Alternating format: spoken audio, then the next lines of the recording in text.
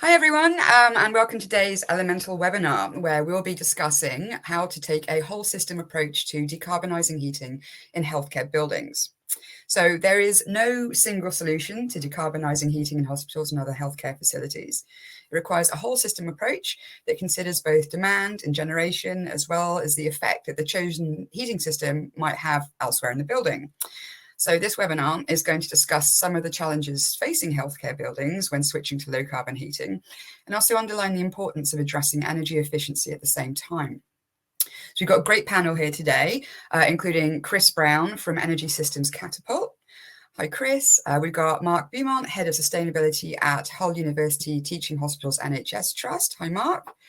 We've got Oliver Riley from Built Environment Design Consultancy Silver EMS. Hi, and Lucy Symons-Jones, Director of Net Zero at Lexica. So hi everyone and welcome. We've got a few talking points lined up, and then we'll open the floor up to questions from the audience. So please feel free to pop a question in the chat box below, or you'll see the ask a question box as well. Also, while we were initially planning to run for an hour today, we're now aiming to wrap up a little bit earlier, around 1:45, because as many of you are probably aware, we very recently learned that the PSDS funding window will be open from 2, and I'm sure a lot of you will be busy with that. So we will try and condense the sessions a little bit. So let's kick things off. We'll do some intros and scene setting around today's topic. And we'll start with Chris. Chris, hi. Could you briefly explain what Energy Systems Catapult does and what you believe are some of the biggest challenges involved in decarbonising healthcare buildings? Okay, no worries. Thanks. So the Energy Systems Catapult is set up really to help accelerate the drive to net zero by supporting innovators and bringing everybody from that design, commercialisation, and ultimately the implementation stage of the system. We're a non-for-profit organisation, and we're part funded through Innovate UK. And we really are seeking to sort of address those big issues that are relating to decarbonisation. Now, for the NHS, I think like a lot of places, the big question to me is going to be the decarbonisation of heat and how that really is achieved, particularly with given the age and the scope and the variety of different buildings that exist across the NHS portfolio. We've got significant CapEx savings to try and change anything over, and then of course ongoing OpEx savings to do with the operational costs of fuel switching and what they might mean for the future. I would also just like to say that as part of the Energy Systems Catapult, we've developed the Modern Energy System, or the Modern Energy Partners Program, or MEP for short, and that has explicitly looked at developing decarbonisation plans for the public sector, including working through 42 sites where we've developed sort of, starting plans, including some from the NHS, and developed a set of toolboxes and toolkits and guides and useful tips on how to help develop those decarbonisation plans. So thank you.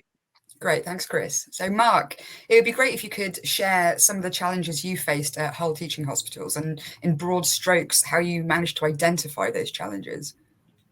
Yeah, thank you very much. So as Chris said, one of the challenges we faced as an NHS trust was having an ageing built infrastructure and a range of buildings going all the way from the late 1800s all the way up to present day, which presents a range of challenges of different heating solutions and technologies within them.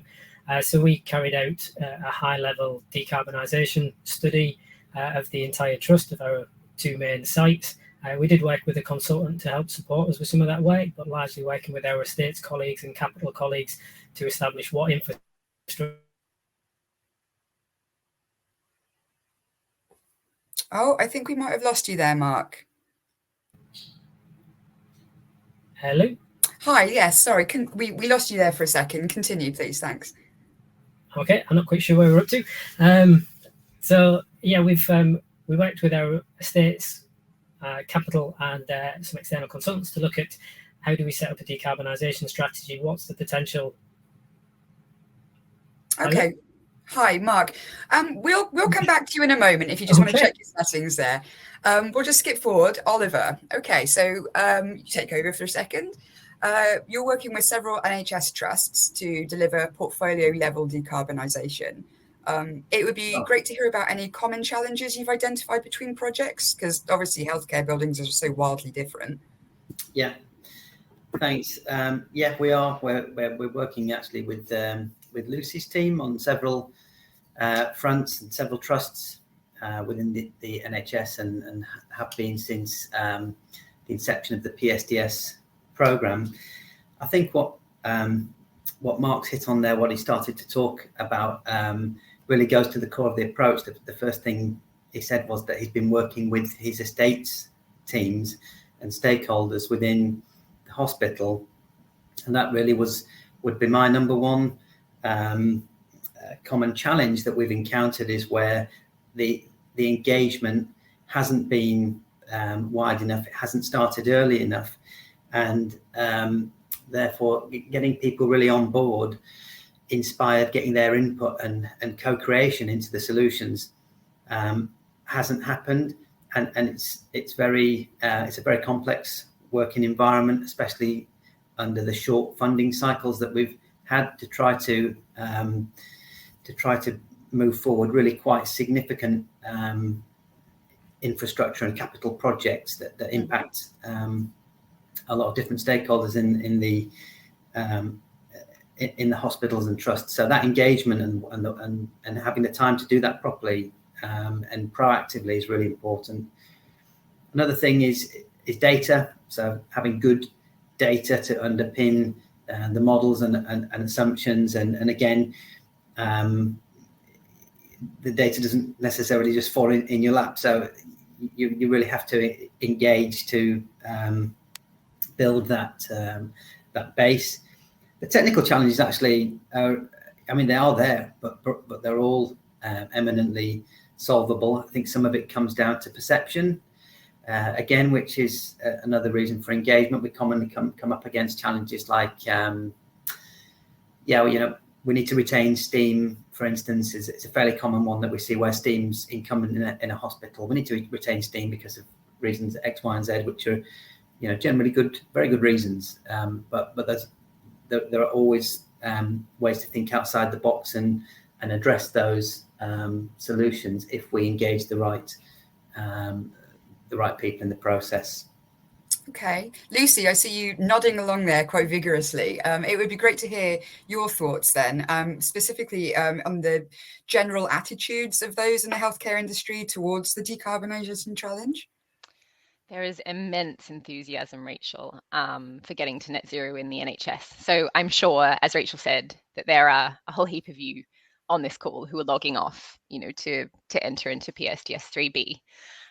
So I'm the director of Net Zero at Lexica, and Lexica is a consultancy that's wholly owned by Guy's and St Thomas's NHS Trust. So we're armed with all the insights that come from being inside the public sector, but without the institutional responsibilities of running a hospital. So we're available to help you. So whether that the enthusiasm I've seen, I've seen it in the deputy chief executive of a trust that I was working with, who was like impressively forensically focused on the selection of the baseline year. She really put us through our paces on our data. Or there was a secret dietitian who had trained in climate-friendly nutrition, who was back office staff at a trust. But I wanted to say, I think it's energy bills that has really focused minds. Trusts I'm talking to are looking at 2 or 3 or even 4x what they've paid in the past. The mini budget of 20 days or so ago, we'll politely call it difficult. It had a nugget in it, though, of excellent news for the public sector and for public sector decarb, in which the NHS is leading. Page 14 of the growth plan, for anyone who wants to go and check out this citation, there will be £2.1 billion available for us over the next 2 years to decarbonise the public sector estate. So to put this correctly, for those of us on the call, though, we have to be able to take on £2.1 billion of funding over the next 2 years. So it is a really exciting task, and there's no way we can go it alone. We've got to go at it together. Back to you, Rachel. Great. Thank you so much, Lucy. Marc, now you're back again. Can we hear your thoughts briefly then, the challenges that you've been facing at Hull? I think as Oliver picked up on, it's getting that data to start with and being able to build that. So where we've got good meter data, we can then actually establish what the heat demand of the building is, look at the current building performance and see what, following fabric upgrades, we can actually reduce that heat demand too. That allows us to look at things like electrical loadings on site if we're going for electrical sources of heating, which I know for many organisations can be a challenge. We've been fortunate at where we are at this point, but we do know going forwards into the future, our future plans, we will need to do upgrades to our incoming electrical supply to be able to meet the demand of all electrical heating as we move forwards. Yeah, I think where we haven't had meter-reads, we've had to use best practice guides and baselines and educated guesses, which I think for a lot of organisations without good building level meter data is going to have to be approached that we all take. Okay, great. So you touched in on demand and generation there a little bit. Energy sources in healthcare buildings, I mean, we know they need to be running 24/7, and not only to just guarantee basic operational level, but to ensure patient comfort as well. But meanwhile, demand for hospital services are growing, and so too will this need for increased energy capacity. So let's talk a little bit about the kind of systems that can be implemented that will adapt to this need for scaling in a way that aligns with long-term decarbonisation objectives. Oliver, with your experience in the carbon performance of buildings, let's start with you. What are your thoughts here? Thanks. Well, it's a well-worn saying that the cheapest kilowatt to save or decarbonise is the one you don't use. So energy efficiency should always be the starting point. And there are obvious things there like lighting and fabric insulation that we would always look at. But I also would advocate a systems view of hospitals and estates, and consider things like movements of staff and patients. In other words, the more master plan issues around efficiency. And I think we've seen some really interesting thinking in the NHS around how to optimize some of that. But from a systems sort of technology perspective, your question, what systems can be scaled and align with decarbonisation? To my mind, networks are an obvious answer there to that challenge. So heating and cooling networks, we've worked on the expansion and the design of those for decarbonisation purposes. That gets you economies of scale. That's one of the advantages. It allows you to do things because you're centralising plant. It allows you to do more interesting things with technology, like heat pumps, for instance. They don't have to be networked, but that's one advantage. It builds resilience into the solutions. So I would say that that they do require a well-founded business case. That was my other note here: an early de-risking of offtake agreements, particularly if the network is actually going to serve more than one consumer. And we have seen that and worked with in healthcare facilities that are networked with external parties, but that really needs a lot of de-risking early on. But if they're done right, and the collaboration is done right, I think networks and heat pumps are a great combination. Okay. Chris, this is obviously where energy and carbon modelling will prove invaluable. What would your approach be here? Yeah, I think it's been touched on a couple of points here, that modelling is a great tool to enable you to explore different options and to start getting some feelings about, what are the impact of various interventions, what will it mean on both my emissions and on my cost metrics, so that I can understand them. But I think key to it is information. A good model is only as good as the data that it's based on. And of course, everybody's already sort of noted that the first stage I'd be doing is creating a really good baseline. Get the information about your site as soon as you can, start collecting it now, make sure that you're enhancing it, looking for gaps and trying to, plug all those. For us, when we're starting to look at a site, the first step is establishing that baseline, taking the information that we have and trying to break it down into as granular level as we possibly can. If it's already sub-metered and it's already down at the building level and at system level, great, that's going to help the case. If not, we've got to try and find shortcuts or ways of starting to estimate those so that we can get a good established position on exactly where we are, where the emissions are, where the potential opportunities lie. And then I think really it's a three-stage project from there. I think we've already touched on this efficiency game. or no regret actions that literally pay for themselves right now. There's opportunities out there such as lighting, building management systems, some sort of things like that, which can really be incorporated and really help and offer immediate sort of, changes to that sort of baseline and start reducing the actual amount of energy. And also, like I said, provide that baseline. The biggest challenge then I still see is the heating solution, and that to me is coupled with I guess the optionality you have with building fabric improvement with it. It tends to be, to me, a bit of a trade-off here. The more money you spend on probably building fabric improvement and establishing that efficiency, the less you potentially might have to then spend on heating, and particularly longer term operation of that heating system. But of course there's cost implications between those investment pools. What is the optimal solution where you're investing the right amount that actually gives you that best cost or that best investment capability. And that's, I think, where modeling can come in and really start to help you answer that. You can test a couple of these scenarios where you are looking at those trade-offs between potential investment costs, your capex, versus your potential future opex and where they might lie. As for technologies to look at, yeah, definitely electrification seems to be one of the key ways, and that includes looking at various forms of heat pumps. Heat pumps come in all shapes and sizes. There's air source heat pumps, there's ground source heat pumps, water source heat pumps, if you're lucky enough to be in that sort of an environment. And each one of those have different characteristics and different operational performances and costs, of course, in terms of where they all fit into it. And of course, then there's the distribution system you have to get that heat to where you want it. Central distribution system, or whether or not you use a distributed system. And it may vary depending on the shape and size of your campus and the different buildings and where those structures lie as to exactly what is that optimal mix. And then probably, to me, the third stage is then overlaying potentially renewable generation opportunities. What can they do to it? But to me, that's always the third step. After you've reduced your efficiency as far as you can, looked at those trade-offs between your building fabric and heating systems, and then looking at what renewables potentially could offset running costs. But of course, when we always look at renewables, it's important to sort of look at that match between what they'd be offsetting and what their potential cost is versus other sort of aspects for that. So I was just going to also note that interaction between those three layers can sometimes get quite complicated.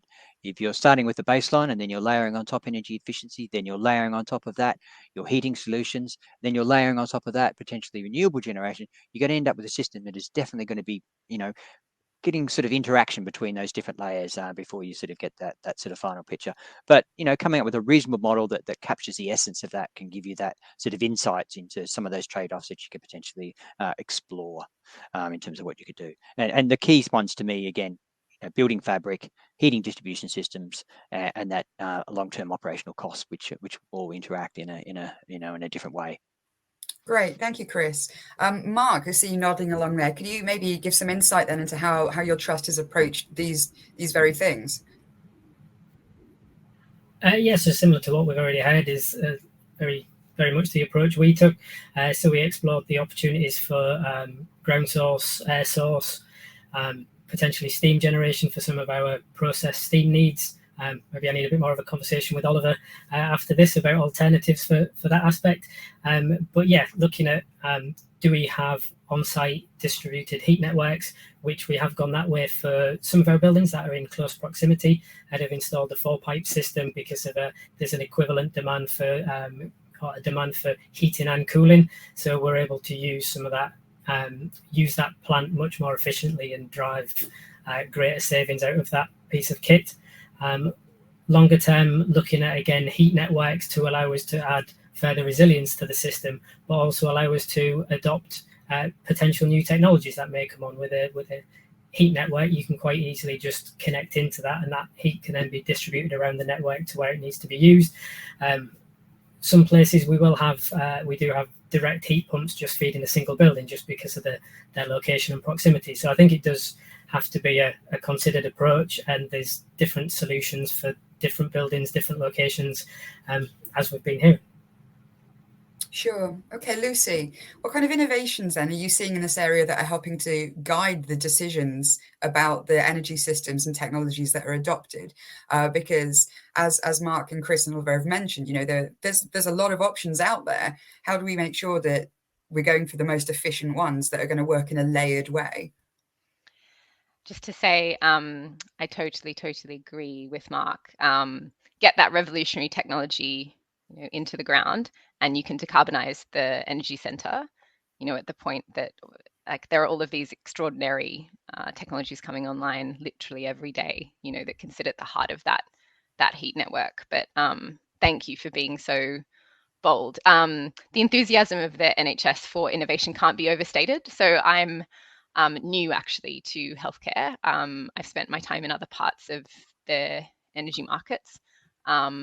And I'm just astounded in every meeting I go into that Marc and his colleagues are so hungry for applying innovations, and I'm just awed by it and humbled and floored. I think you're doing extraordinary work, Marc. Thank you. And to answer your question though, Rachel, we have to deploy, scale, and innovate all at the same time. So we have to get used to being uncomfortable with the speed of things. It's year-on-year growth, day-on-day growth. Just because you did it yesterday, like got to do it again, but better today. So also though, it's and Ollie said this, it's a capacity challenge, it's a human challenge. So deploy and scale, I've already spoken about the 2.1 billion available to us. Obviously healthcare is one very large proportion of the public sector. The NHS is a large proportion of public sector estate, but we've got that available, and we've got to disperse it and get it going. But on the innovation side, I've got 5 trusts like Marc looking beyond PSDS, and they're looking at heat networks and working on applications to the Heat Network Development Unit. And I've got 2 trusts that have applied to the newly announced Advanced Research and Invention Agency, which is modeled on the US kind of DARPA body that it was behind the global kind of vaccines movement. It's been behind some really revolutionary breakthroughs. There's this theory that I personally subscribe to, that the state can play a really key role in catalyzing innovation that serves the public good. So something like the internet, it was originally deployed in a kind of public sector context and proven, and now obviously we're all plugged in. So ARIA is we're looking there too for support. So we're looking to ARIA to discuss hydrogen for heating. So this is given that the trusts are such large scale energy users in their areas.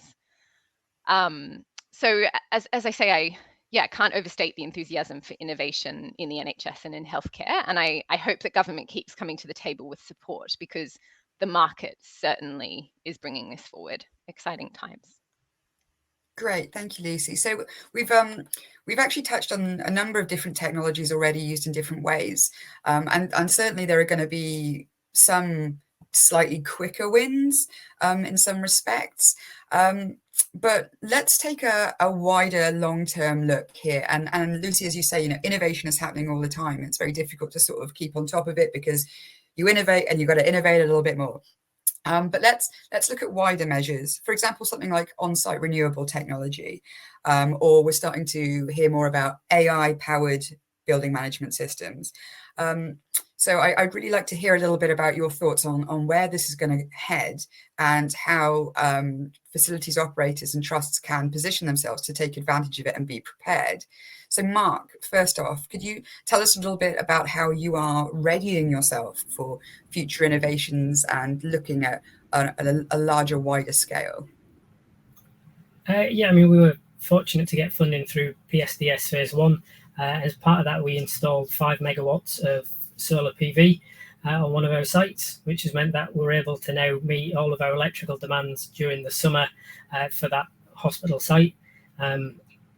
I think that's really helped, one, drive the conversation in the trust, but also the realization of that cost saving that renewables can deliver, particularly in the current market that we find ourselves. So we're actually looking to see how we can expand our renewables. We can use them at different times, looking at things like thermal storage for renewable generation, as well as battery storage. Thermal storage can be a lot more cost effective than battery storage, and for a lot of organizations like ourselves, a lot of that power is going to get turned back into heating for the estate anyway. So I think looking at that will become important going forwards, if we manage to get an increase to our on-site renewable development, to make sure that we're using as much of that renewable power that we generate as possible on site, rather than having to spill that to the grid.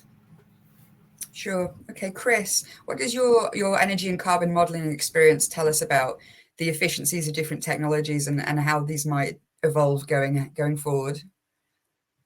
Yeah, I think just to reiterate probably a lot of the points, there's a couple of really quick wins that we can just pursue, right up front, short-term actions. LED lighting, for instance, where it hasn't been rolled out, is a classic. It pays back over a very short period of time and provides benefits in the form of lower bills, which are immediate.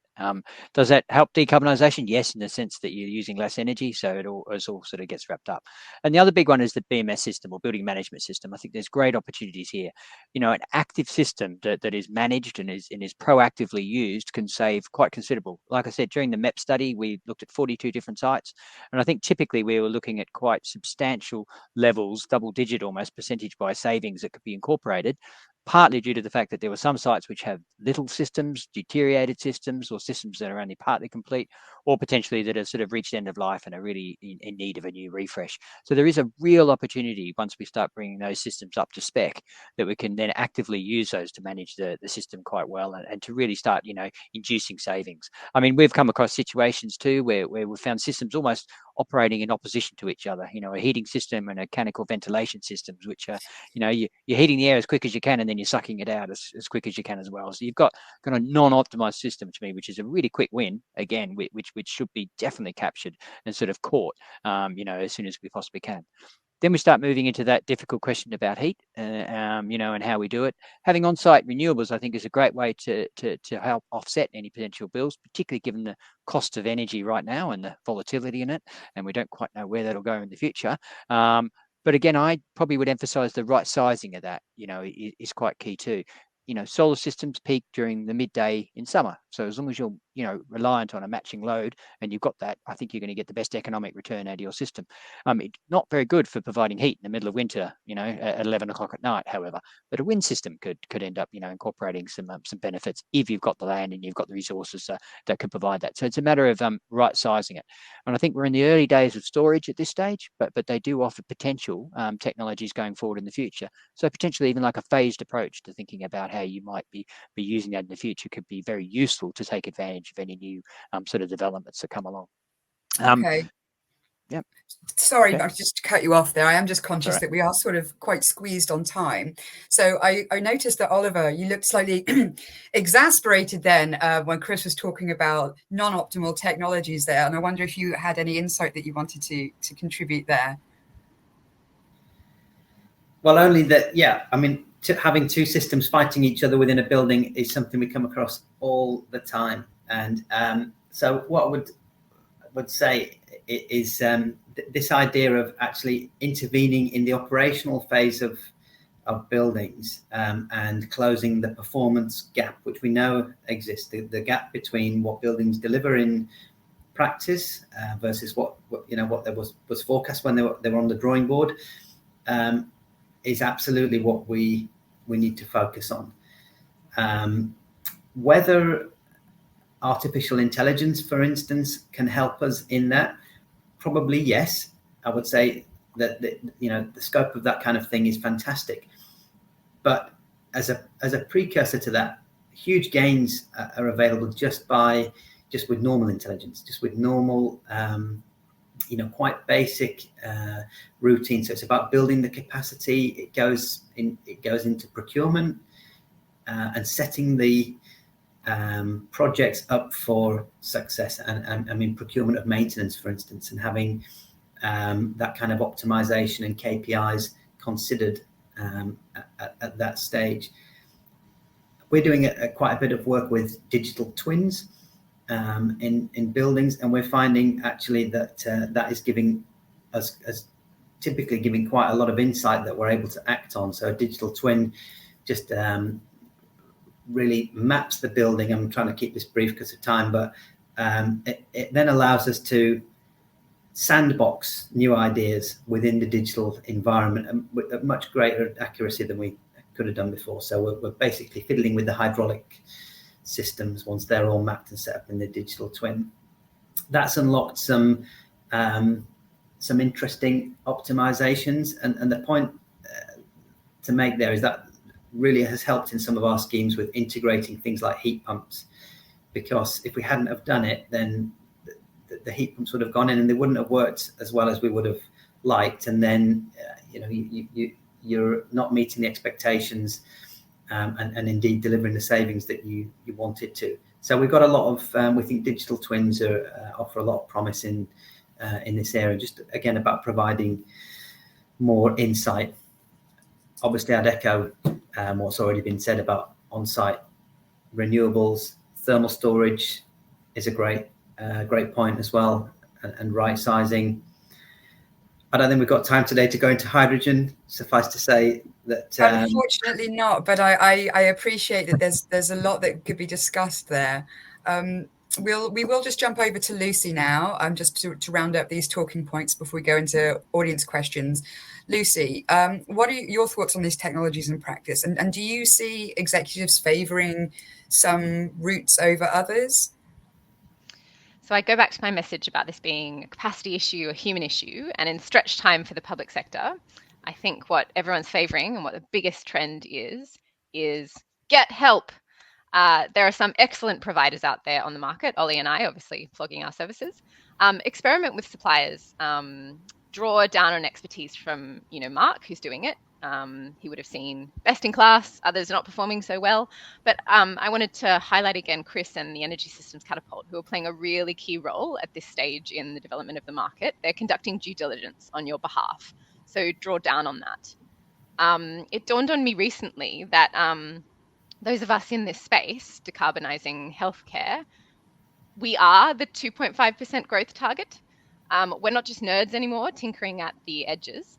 And we might, I don't know about you, but I feel daft every day when I hear about, new technologies. But those of us who've been working here for a while are ahead of everyone else who's flooding in to the work. So go get them. That's my advice. Fabulous. Great. That's a great nudge there, Lucy. Thank you. So we will now just answer a few questions from the audience with the time we have left. No one's specific here. Just jump in, panelists, if you feel like you've got something to contribute. We've got a question here from Stephen Miles. Is the panel aware of wastewater and/or sewer heat recovery and cooling? Yep. It's a great opportunity. So one of the great things about heat pumps is they effectively scavenge heat from low temperatures where it's not so useful, and they take it up to a temperature where you can use it. And anywhere that you have waste heat, you should be exploring, and we would routinely explore and try to find sources of that. And that can be in the ground, it can be a river. We're doing it with the data center, or even doing it with excess heat from the tube lines in London. And a sewer and wastewater is typically warmer than the air and the environment around it. So it's a great source. Needs a bit of upfront due diligence and monitoring to make sure you've got the right flows. Don't think about that too much, but you need that sufficient volumes in the sewers. But yeah, and some great advances have been made in the sort of the process of heat exchange and handling that. Now it's all actually technologically quite viable. So yeah, great point there. Thank you. Okay. I think it also highlights the example of tailoring a solution particularly to your site and location. If you've got some certain advantages that are just there because of where you are, exploit them, definitely. Mm-hmm. Great point. Sure. Okay. Question, excuse me, from Lucy Dixon, who asks, when you're talking about heating systems and technologies, how can hospitals and healthcare buildings ensure they are future-proofed and aren't going to need replacing or upgrading in the not too distant future? Anybody like to jump in? Yeah. Don't be dense and go for a high carbon solution that's going to lock you into a high carbon path for the future. Unfortunately, there are a few too many of them still going in. Sadly, government regulations still allow for them to go in. So sadly, new build homes still have gas boilers in them. Don't understand that. So don't default to that option. It's true that it can be confronting, you kind of might feel like you have to do a PhD in physics and heating. You don't. There are many experts out there who have lots of kind of publicly available open source resources, and like drawing down on them is your first point of call, and don't default to putting in yet another gas boiler, because your colleagues will be cursing your actions, in the next couple of years. That's definitely not the road to go down. I think too. Great. I was going to say, from a system point of view too, you've got to think about that system and how it all fits together. Long term, if you've got a goal about where you want to get to, but to get to there, you might require you to take a few steps. For instance, your network and your distribution network is probably going to be a key one that requires continuous maintenance. Making sure that you're making a decision that is compatible with future systems can ensure that you are making those future-proof decisions for that for a start. Sure. Okay, I think we've got time for one last question. And again from Lucy Dixon, who asks, is training and upskilling of existing FM staff on new systems and technologies an issue? Is it a challenge? Sure. Marc, you go. Yeah, I mean, we've experienced that with our own estate staff. We're still in our kind of first 12 months, so working with the installers to try and train and get our own staff upskilled. I think it is going to be a change within the estates teams within the NHS, in that they're comfortable maintaining the plant and systems, and often for air conditioning, that's an external provider will often deliver that service, and similarly heat pumps are very similar, so quite often that ends up being an outsourced contract, which could be an additional cost pressure. So looking at how we can upskill our own staff to be able to do that and putting them on the training courses with either the installers or the manufacturers of plant also helps to deliver us additional resilience and cost savings going forwards by getting that in-house. But yeah, there is definitely a gap between where we are as the NHS now and where we need to get to around understanding that technology from a maintenance perspective. Anything else anyone would like to add to that? Just how important it is, and it's a key opportunity.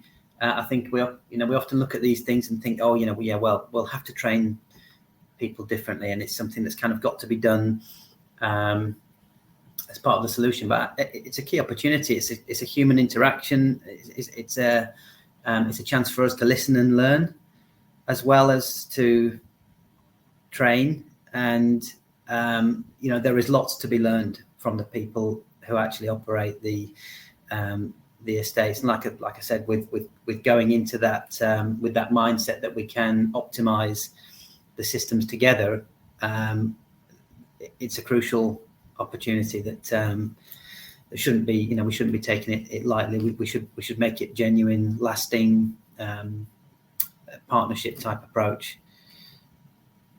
Lucy, I see you give the thumbs up there. I mean, you've said already in the session that a lot of this is a people-centric issue as well. So this must resonate as well, the idea of bringing colleagues along on the journey and making sure that everybody is equipped with the skills they need to enact a change in a meaningful way.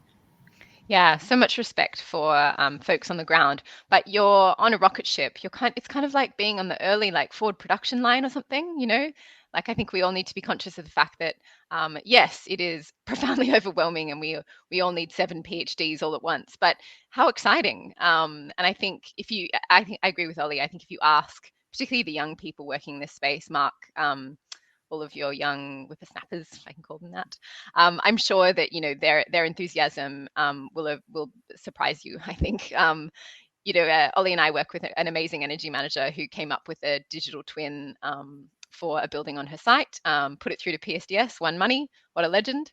I wouldn't hazard guess at her age, but she's nowhere near mine.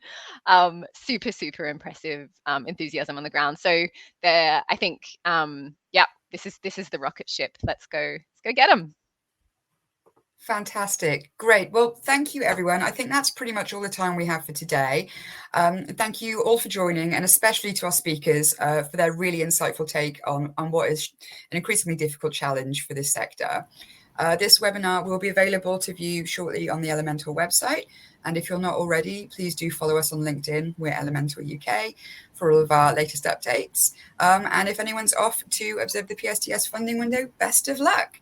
Thanks, everyone, and have a great day.